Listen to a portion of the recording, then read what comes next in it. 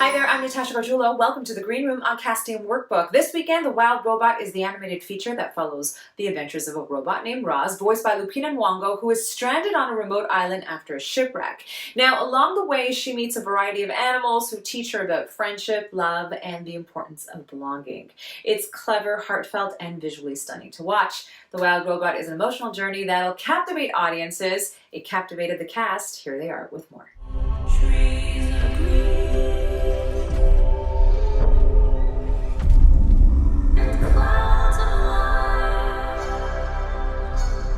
The Wild Robot is about a robot, as the name would suggest, who has found herself on this island and doesn't really know what her purpose is, and then finds a young gosling and kind of finds a bit of a family on this island, and that quickly becomes her purpose.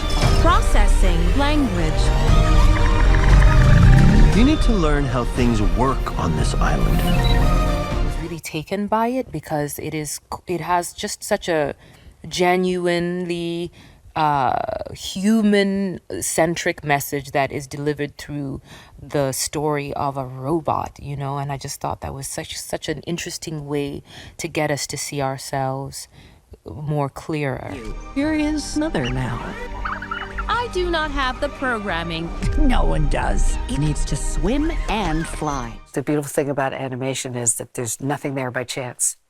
Nothing on the screen is there by chance, and no sound or voice or bit of dialogue is there by chance. Every second of it is thought out by people who are doing beautiful work and really care about what they're doing. You try and prepare as much as you can. I read the full book, all 279 pages, and then I read the script, which captures the essence without being, rote for rote duplication of the story. But here I had a real advantage because they had several sequences finished, so I could actually see what the movie's going to look like. Not easy to find.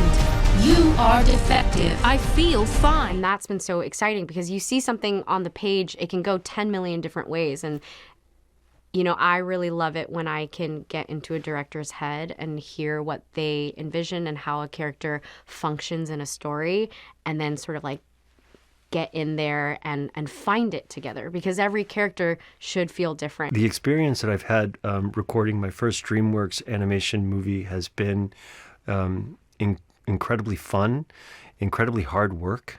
I've always had an inkling how much work goes into these kinds of experiences. It's no surprise, but I still am fascinated about how much goes into it from so many different levels, both technically and creatively and physically. I think there's so much vocal performance capture that I wouldn't be able to do without my director, Chris, and everyone that's on the other side of whatever you call it, glass. To survive, we must become more.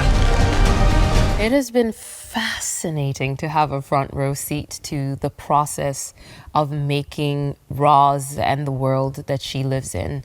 I remember, obviously there's the illustration that comes with Peter Brown's book that was the source material.